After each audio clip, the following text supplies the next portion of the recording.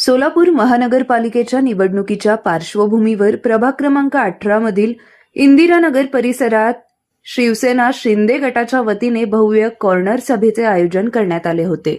या सभेला नागरिकांचा आणि शिवसैनिकांचा मोठा प्रतिसाद लाभला। या कॉर्नर सभेसाठी शिवसेना शिंदे गटाचे स्टार प्रचारक नाना साठे, सिद्धराम म्हेत्रे, श्रीनिवास सांगा हे प्रमुख पाहुणे म्हणून उपस्थित होते। यावेळी प्रभागातील अधिकृत उमेदवार निर्मला पाचकंटी, महादेवी हिटनळी, संतोष सांगा यांच्यासह सुनील निंबाळकर यांचीही प्रमुख उपस्थिती होती। सभेत उपस्थित नेत्यांनी आपापल्या भाषणातून शिवसेना शिंदे गटाची भूमिका, विकासाचा अजेंडा आणि प्रभागातील मूलभूत प्रश्नांवर सविस्तर मांडणी केली।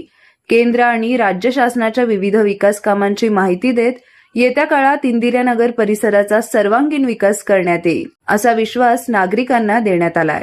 या सभेला लाखोंच्या संख्येने शिवसैनिक आणि नागरिक उपस्थित राहिले होते। सभास्थळी उसळलेली गर्दी, भगवे झेंडे आणि शिवसैनिकांचा उत्साह पाहता संपूर्ण इंदिरानगर परिसर भगवामय झाल्याचे चित्र पाहायला मिळाले। शिवसैनिकांच्या घोषणाने परिसर दुमदुमून गेला होता।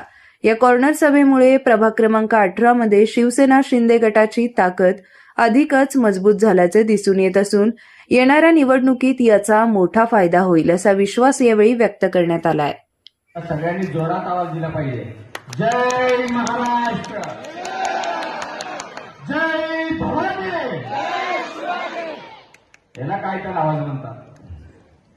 इथं उपस्थित माझे सर्व माता भगिनींनो व वडीलधारी व माझ्या मित्रबंधूंना माझा मानाचा जय महाराष्ट्र।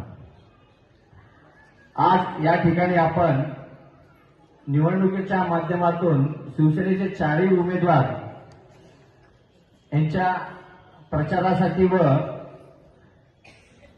तसेच या भागातील विकासासाठी आपण इथं सभा घेतलेल्या आहोत आणि विशेष करून इथल्या सर्व नागरिकांना मी अजून एकदा मनापासून वंदन करतो, कारण आपण सर्वांनी एवढ्या मोठ्या संख्येने उपस्थित आहात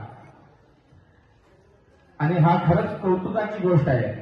मी काल ऐकलं होतं की इथं काही सभा झाली, त्या सभेला लोक यायला देखील तयार नव्हते। खरंय का खोटं आहे? खरंय का खोटं आहे? आवाज येणे बरं, काय यायला तयार नव्हते आपण सर्वांनी आठवतंय का आपल्याला? मला वाटतंय काही लोकांना माहिती नसेल तरी मी सांगतो।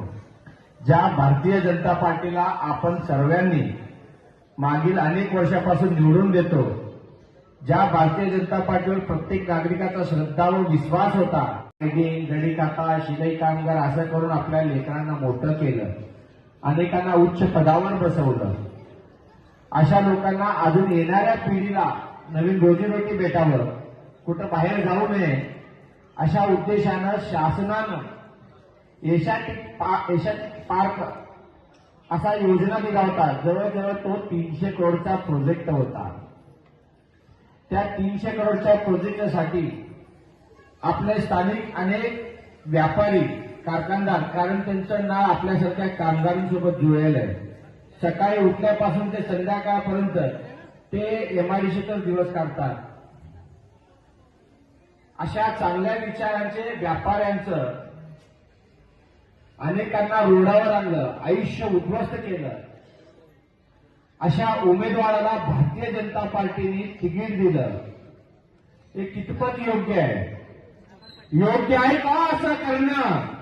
आपल्या लेकरांच्या पोटावर मारलं, ज्यांनी आपल्या भविष्याचा विचार करून सरकारने करोडो रुपयाचं योजना दिलं, अशा नालायकांनी भ्रष्टाचार करून तो योजना संपवला।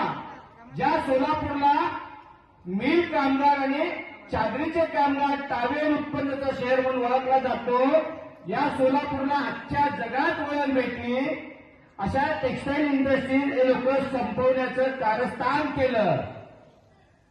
असे उमेदवार इथं आहेत ज्यांना काँग्रेसनं देखील नाकारलं, ज्यांना जनतेनं नाकारलं, ज्यांनी लोकांचं घर उद्ध्वस्त केलं, अशा लोकांना इथले आमदार त्यांना उमेदवारी देतात।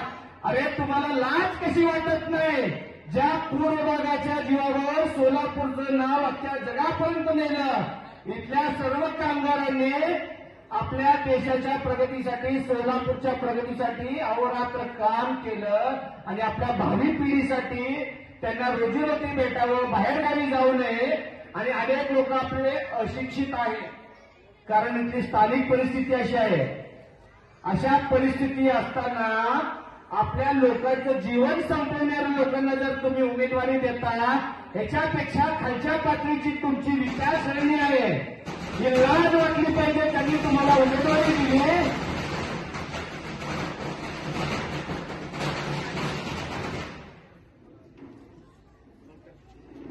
ज्यांनी आपल्या सोलापूरच्या विचारासाठी इथल्या कष्टकरी कामगारांनी योगदान दिलं, त्यांचा भवितव्य संपवला.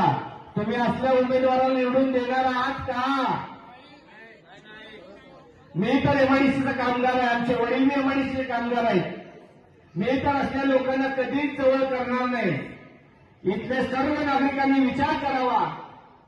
ज्यांनी या टेक्सटाईल इंडस्ट्रीज संपवण्याचा प्रयत्न केला, अशा लोकांना जर उमेदवारी दिली, मग आपली स्वाभिमान गेली कुठं? आपले आई वडील एमआयडीसीत काम केले, आपले लेकरं काम केले, आपली ओळख तिथून होती. आज अनेक लेकरं शिकून मोठं झाले. अशा लोकांना जर उमेदवारी दिली आणि आपण त्यांच्या पाठीशी उभा राहिलो, तर याच्यापेक्षा दुर्दैवी बाब काय? आज